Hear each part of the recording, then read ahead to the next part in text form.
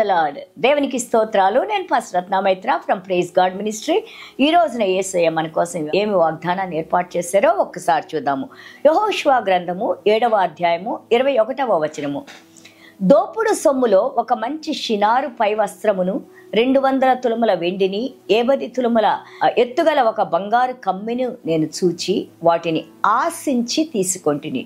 అదిగో నా డేరా మధ్య అవి భూమిలో దాచబడి ఉన్నవి, ఆ వెండి దాని క్రింద ఉన్నదని ఉత్తరమిచ్చి తాను చేసినదంతయు ఒప్పుకొనెను. దేవునికి స్తోత్రాలు. Joshua chapter 7 verse 21.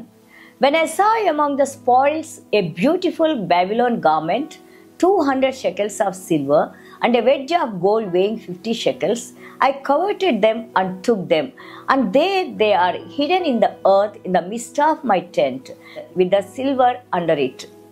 చూడండి, ఇక్కడ మనము 6వ అధ్యాయం చూస్తే యెహోషువ గ్రంథం అంతా కూడా వాళ్ళ యొక్క విజయాలు, అలాగే మోషే గారి తర్వాత యెహోషువను ఒక కమాండర్గా తీసుకొని, ఒక జనరల్గా తీసుకొని దేవుడు ఏ విధంగా ఇజ్రాయేల్ని ఆ యొక్క పాలు తేనెలు ప్రవహించే కానాను దేశానికి తీసుకొని వెళ్ళారో మనం చూస్తున్నాం కదా. యెహోషువ is all about winning and also giving the allotments to Israelites.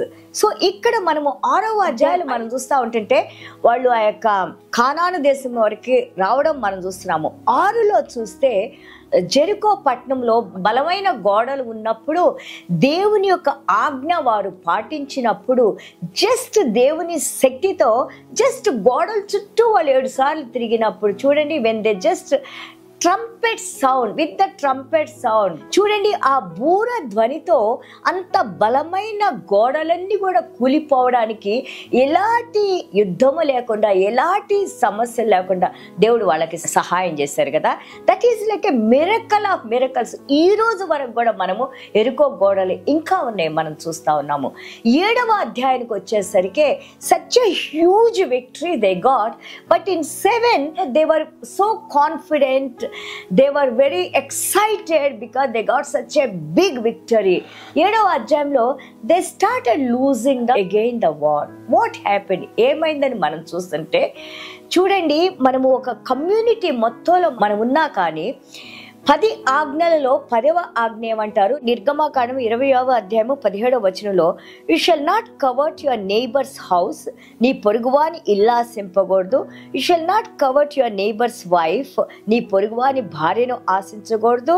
Nar his male servant, వాళ్ళ సేవకులను కానీ, నార్ హిజ్ ఫిమేల్ సర్వెంట్, వాళ్ళ సేవకురాలను కానీ, నార్ హిజ్ ఆక్స్, వారి ఎద్దును కానీ, వారి గాడిదను కానీ, anything that is your neighbours, ఏదైనా కానీ నువ్వు దేవుడు అంటుకోవద్దు అన్నది మనము ఆశించకూడదు, తీసుకోవద్దు. అదే కదా మన ప్రతి పాపానికి కారణం ఏంటంటే మనలో ఉన్న కవర్ట్యస్నెస్.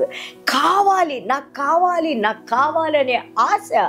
మనం దాన్ని కంట్రోల్ చేసుకోలేకపోతే it will take us to, instead of receiving blesses we receive curses. ఇక్కడ ఆకాను అనే ఆయన ఎప్పుడైతే వాళ్ళ యొక్క వస్తువులు చూసారో వాటిలన్నిటికీ ఆశ పడిపోయి దేవుడు అన్నారు, ఆ శపించబడిన వాటిని మీరు అంటుకోవద్దు అన్నారు. వాటిలో కొన్ని వస్తువులు తీసుకొని వచ్చి తన గుడారంలో దాచిపెట్టినట్టు మనం చూస్తున్నాము. Because of that they were losing the war and the people, the enemies are defeating them. ఆ యొక్క శత్రువులు వాళ్ళని ఓడిస్తూ ఉన్నారు. So we have to be careful. This is any kind of, I'm talking about spiritual today. ఈ రోజున ఆత్మీయంగా నేను మాట్లాడుతున్నాను. ఆత్మీయంగా మనం మాట్లాడినప్పుడు మన హృదయంలో మనకున్న తలంపులు కానీ, చెడు తలంపులు కానీ, వికెడ్నెస్ కానీ, ఇతరులకి హాని చేయాలనే ఆలోచనలు కానీ, దుష్ట ప్రభావాల వల్ల, దుష్ట శక్తుల వలన ఎప్పుడైనా మనం కీడు చేయాలని మనం ఆలోచిస్తూ ఉంటుంటే దానివల్ల మన జీవితాలకు కానీ, మన కుటుంబానికి కానీ చాలా హాని కలుగుతుందని మనం చూస్తూ ఉన్నాము. గాడ్ said that నిన్ను వలె నీ పొరుగువారిని ప్రేమించు, నీ పొరుగువారిని ఆశించబాకు, నీ పొరుగువారి మీద అబద్ధ సాక్ష్యాలు చెప్పబాకు, నీ పొరుగువారిని నువ్వు ప్రేమించు అన్నప్పుడు వాళ్ళకున్నాయన్ని మనం దొంగతనం చేసుకొని తీసుకొని వస్తే how can you receive blessings? చూడండి, అది ఎంత విలువైనది అయినా కానివ్వండి, నీది కానిది మనము అంటుకోకూడదు, అది దొంగతనం కింద వస్తుంది. కాబట్టి let us learn from the word of God. దేవుని వాక్యంలోంచి మనం నేర్చుకుందాము.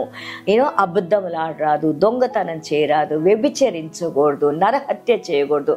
ఇవన్నీ కూడా మనకి మన యేసయ్య నేర్పిస్తా ఉన్నారు. So today lord is teaching us that take care of. నీ మనసులో కావాలి కావాలి అనే ఆశల్ని మనం తగ్గించుకొని ముందుగా నా రాజ్యాన్ని, నా నీతిని నువ్వు వెతుకు, నీకు కావాల్సిన సమస్తాన్ని నేను ఇస్తాను అని యేసయ్య అన్నారు కదా, మత్తయి సువార్త 6:33.